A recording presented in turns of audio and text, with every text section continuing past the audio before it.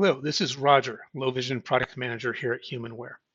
In this video, I'm going to show you how the AI Assistant in Prodigy works within the Magnifier application. As you can see, I'm already logged in to Prodigy, and I'm on the carousel main screen with the magnifier in the center of the screen. I'm going to tab there and press Enter now, and this will bring me to a live view that my camera has of the document that's placed underneath of it. And before I jump into the demonstration of the Prodigy AI Assistant, let me make a little comment about artificial intelligence.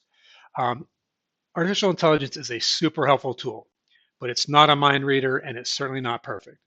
Sometimes it's going to miss the mark, especially with highly technical things like medical or legal documents and questions, or even if it's trying to make sense of handwriting documents or text like you see up in the upper left corner of this document where it says fresh organic smoothies. Things like this may not come back 100% accurate. So think of it as a helpful tool, sidekick, if you will. It's great for guidance, but definitely double check anything that's super important to you. That said, let's take a look at the AI assistant. As you can see, the interface of the magnifier looks the same as it has historically, with one primary change. I'll use my arrow key here, and I'll arrow key over to the right set of icons, and you'll see that I'm on the gear wheel now. This is the settings for my magnifier. Again, you can explore those by looking at the magnifier video. Let's tap that arrow key one more time to the right there, and now it will be on top of our call out with 3 stars in it. This is our Prodigy AI Assistant icon, and it's encircled in blue there. Let's go ahead and click on that to see how it works. When I click on it, you'll see that it opens up a dialog box where I can type in a question, but I don't have to type in a question. Underneath of it are popular searches. If I click on popular searches or navigate to it and hit enter, it's going to present me with a list of 10 items that I can choose from. I can use my arrow key or the scroll bar to the right to navigate through them. And I see this, this prompt here that says list the 3 most important points. I think this is the one I want to use. So I'll just tap enter and it will enter it into the text entry box. Now I could have just clicked on it as well. I'm just using my keyboard as an alternate means of access here. As I entered that text, to the right, my submit button, which looks like a little airplane, it's our submit button throughout Prodigy, has become activated. Now I can always backspace and overtype anything that I've placed in there if I don't like what's come out. So you can always change that after you've typed it in. Let's submit this by clicking that airplane. I'm brought to this screen because this is the first time I'm using the assistant, and I have some options. Now I'm going to explain to you briefly what we do with the Prodigy AI Assistant. If you want a detailed description, you can always navigate down to the bottom of the list here or click on details, open up a screen. It will read back the details for you as you want to learn more about how the Prodigy AI Assistant works. But in essence, if you click on yes, what we're going to do is capture an image of the document that you're looking at, send it to our cloud services, analyze it, use our AI services to render a response to the question that you've asked. Nothing is being saved in the cloud. Nothing is being shared with anyone else.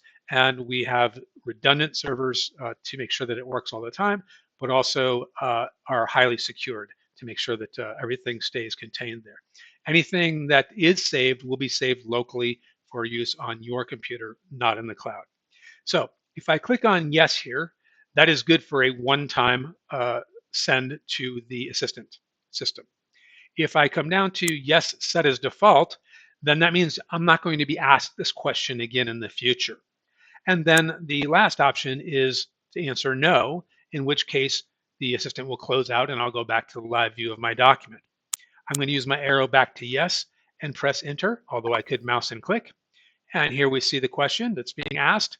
To the left, you see some dots lighting up as it's being analyzed. And there you see it took about, 3-4 seconds to analyze the image and come back with a response about the question that we asked. Now, the first time you send something, it might take a moment or two longer because we're capturing the image. Subsequent questions may come back quicker because we don't have to reanalyze the image necessarily. So once we have a response here, You'll notice at the bottom that my toolbar has changed a little bit. So the blue circle is presently on top of the AI Assistant icon. I'll show you what happens if you click on that right quick. It opens up a dialog box that allows me to ask another question. But wait a minute, we haven't read the response yet. So let's go to the left of this dialog, hit the back button, and come back to that initial response. A couple of things here. I'm going to go to the left of that AI icon where I see a gear wheel. I'll tap on that right now. And this will show me the settings that I can adjust within the AI Assistant. I'm not going to go through these individually. These are covered in multiple videos, but especially in just basic settings videos of the Magnifier. But you can adjust speech settings and you can adjust some of the visual settings for the screen when these responses are fed back to you. So I encourage you to play with them and get them set up the way that you would like once you start using the AI Assistant. In the upper left corner, I'll tap the back button and return to my response. Coming back to the lower right corner where those icons are, let's navigate over to this right-facing triangle. This is a play pause toggle button that will allow this text to be read back. So I'm going to click it once with my mouse right now. Here are 3 important points from the content. 1. Climate change impact. Climate change is significantly affecting ecosystems, leading to decreased snowfall, rising sea levels, and threatening various species in their habitats. I'll click pause to stop the reading there. So that is a play pause button. Now, you might find that this text on the screen is too big or too small. So it's set to the default size right now, but I can use the buttons to the right to navigate out or zoom out with a minus sign, or the plus in the far right corner to zoom back in again. Let's go back one here so we can see just a little bit more text, and we'll come to the small setting. Now, in a touchscreen environment, remember all of this is touch enabled as well. So I can use my pinch gesture and I can use the expand gesture to zoom in and zoom out using my fingers on the screen. I can tap these buttons with my finger on a touch screen to activate each of them as well. Likewise, if I see a place where I want to start reading, say I want to start reading where it says fresh water after number 3 right there. With my finger or my mouse, I can make a 1 second long press and let go, and it will start reading from that point. Let's do that now. Freshwater and wetland ecosystems are experiencing severe temperature changes that disrupt food chain. I'll come down to my pause button and stop the reading again. So you can play and pause from anywhere that you like within the text that's been returned from that question. Okay, so we can read through the entire response here. If I don't remember what the question was, I can use my finger to swipe back to the top, or I can use my scroll on my mouse, come back up to list the 3 most important points is what I asked.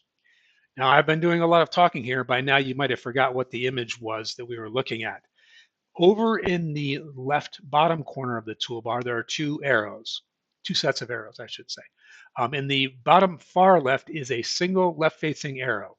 That button, which I'll use my arrow keys so you can see it, it's in blue now. This will return me to the live view and take me out of the AI Assistant.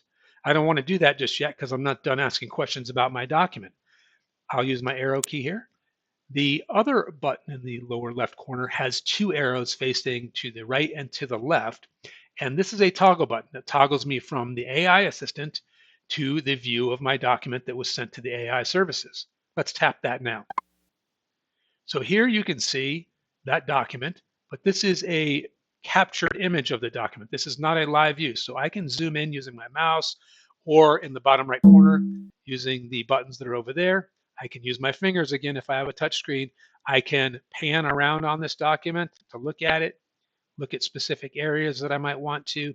And let's say if this was in the incorrect orientation, there is a button, the third from the bottom right there. It's 2 arrows interlocking in a square type of circle, square circle. And that will rotate the image if you need it rotated to get it to the correct orientation, because you don't always have to have it in the right orientation to have it in the AI Assistant. So let's say we went back and looked at it and we want to return to ask a question now. In that bottom left corner, there's that double arrow that we can use to toggle back to the AI Assistant. And remember, if I come back over to my AI Assistant icon, that call out with 3 stars, I can open that up and I can ask another question right now about this particular document. A tool is available to us now that we can utilize, and it is a microphone inside of the dialog box. This will allow me to verbalize a question that I want to ask about the document. So let's use that this time. I'll click onto it. What is the picture in the upper right of this document? Now notice when I did that, there was some wavy blue lines there while it was recording. The microphone turned to a black square. I had to come and click on that to stop the recording, and you can see that my voice was transcribed into text to fill in the box down below. It looks like it got it right, so the submit button has become activated to the right, and I'll tap on that now to send this question. Here we see the three dots to the left while it's being processed, and now we have an answer that's come back. The picture in the upper right of the document shows a colorful underwater scene featuring coral and a clownfish. The coral is vibrant, with shades of... You can see it's a very detailed and very explicit description of the picture that was in the upper right corner. I didn't even recognize that that clownfish was there until this came back with this description. So pretty cool, and very powerful. So, use it to dig into things that you're working on. Let's assume that we're done with this document now. In the lower left corner, remember that single left-facing arrow? That's my exit button. I'm going to click that now. And a new feature that we've added in version 1.5 of the software is the ability to save your chat. So if you say no, everything that we just got in terms of responses and the image that was sent to the service is erased. If I click yes, all of that is saved locally to my system. So I'll show you where that landed in just a moment. Before I do so, let's take a look at a couple of other things that you can do that are kind of neat with the AI features. I'm going to rotate my document over, and one thing that you'll see on this side is that it is written in French. Now this is a kind of cool thing to do. So let's go ahead and click that AI Assistant button again. And it's going to ask, what can I do for you? And I'm going to ask a question in English. I don't speak French very well. What is this document about? And my submit button. We're going to be asked this question again because, again, remember I pressed yes. I didn't set it as my default yet. And the interesting thing is that I have asked my question in English. The document has been analyzed. And though it was in French, I've got an answer about what this document is in English. So super powerful there. Now, again, remember, it's not always 100% correct. So double check anything that's super important. But you can see that my answers come back in English now. So a great way to work with documents that you might receive that are in a language that you don't know how to speak. I'm going to the bottom left corner now. I'm going to click back, and I am not going to save this chat. So I'm just going to click no right now. And we'll return back to the magnifier in our live view. And you'll notice that I've changed my document. Here's another quick way to use the AI tool. This is a piece of mail that I received. I'm just throwing it under the magnifier here, and rather than capture it and go through the OCR process and everything else, I just want to get a gist of what this is about. Let's click that AI tool again, and I'll say, what is this document this time? Question mark. We'll send that. We'll say yes again. It's processing. And I can have this read back to me. This document appears to be an informational flyer or brochure from United Healthcare regarding their virtual visit service. It outlines the benefits of accessing healthcare through virtual consultation. Okay, I've read that much and I've decided, you know what, this is not interesting to me. I'm just going to say, nope, I'm not saving that. And I can come back to my live magnifier, put in a new document, and go on doing other tasks with my magnifier. So it's an easy way to get through your mail without having to work really hard at it and determine, yep, this is important. Nope, this can go into the rubbish bin. Okay, so that's some basics. I recommend trying it out with handwriting and other things that you might have. You're going to find it to be super powerful and helpful to what you're trying to accomplish. Let's take a look at real quick where a saved file goes. So in the lower left, again, that's my back button. This will exit out of magnifier now because I was in the live view.